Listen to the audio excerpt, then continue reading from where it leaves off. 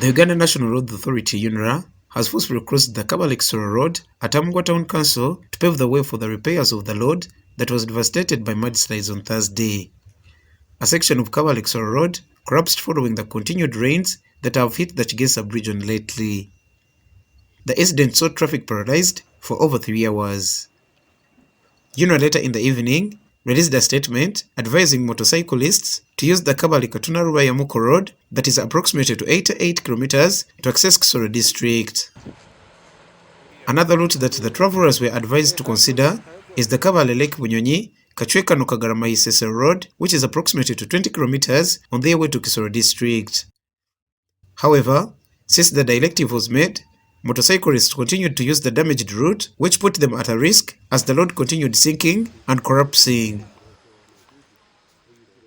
Our reporter who was at the affected site saw heavy vehicles including trucks, buses, and lorries using the route against UNRA'S advice.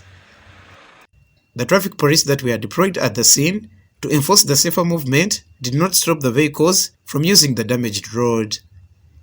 Later, a team of UNRA led by the Kabale station manager, Engineer Alison Abenawe, arrived at the scene with machinery for the road works. These first blamed the traffic police for failing to implement the directive to halt traffic from the affected section of the road before forcefully closing it. Abenawe said that they were disappointed to find vehicles moving, yet they had directed them to use the alternative route, hence triggering their decision to forcefully cross the road for works to start that are expected to last for about 3 weeks. The strategies we are putting in place to ensure that our guidelines are followed is to cut off the whole road, to put barriers to ensure that no vehicle can pass. Yes, incidentally, because we have started works, we don't want any interruptions from traffic from either side, from Kisoro and Kabale.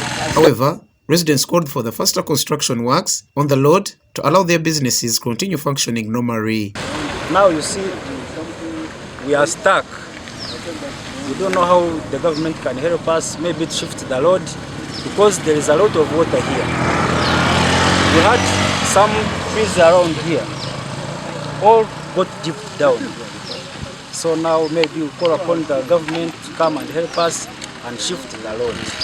Because now I think we shall keep on getting accidents around, because now this has happened. You see, that hill there is all the soils from this road. Now if the road cannot be shifted.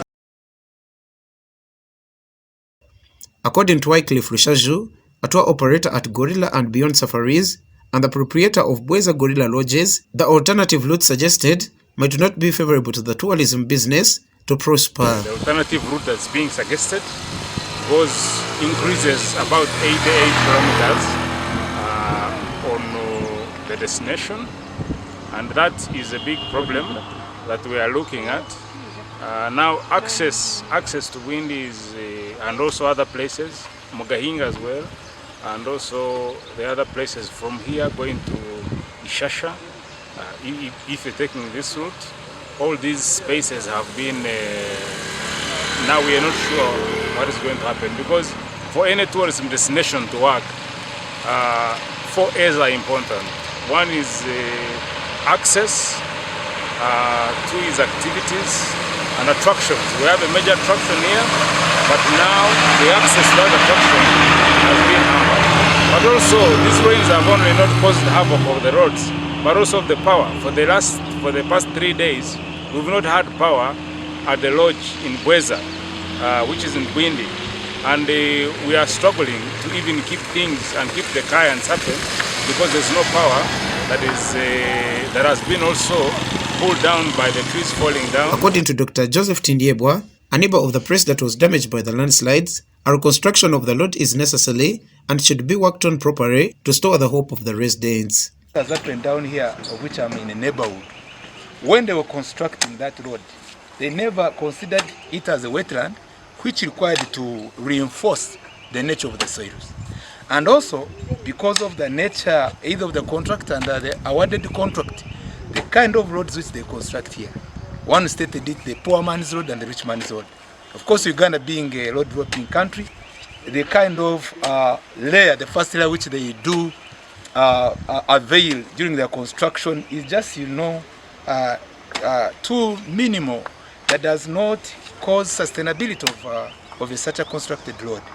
Initially, since this road was constructed 2009, by this time we are supposed to have had a fresh construction of the road, because it is known the period which is granted for such road is supposed to be 3 years and 2 years for repairs, and now we are in the 14th year since the construction. Even Nisimach Kafunda, the founder of the Green Environment Promotion, a local conservation organization in the region, attributes the disaster experience lately to improper soil and water management practices. So it is everybody's responsibility to ensure we protect the environment, plant the trees and vegetation that really helps to reduce, the runoff of water when it rains. It's so absurd that all the infrastructure we have has been destroyed, honestly, like the roads, most of the buildings and structures have been destroyed, and which is really, really, really so sad. Most of the crops we are seeing have been washed away, which is an indicator that, in the few months to come, most of us living in the rural communities, and even in towns, definitely, there will be famine, honestly. So the onus is on us to ensure we protect the environment, and we try to see how we adapt to the changes that are really taking place. Kigezi is among the regions across the country that is receiving heavy rains. The heavy rains have caused the death of about 18 people in the districts of Ruchiga, Lubanda and Kisoro between the nights of Tuesday and Wednesday this week. Norbert Nyamachi for Kigezi Television.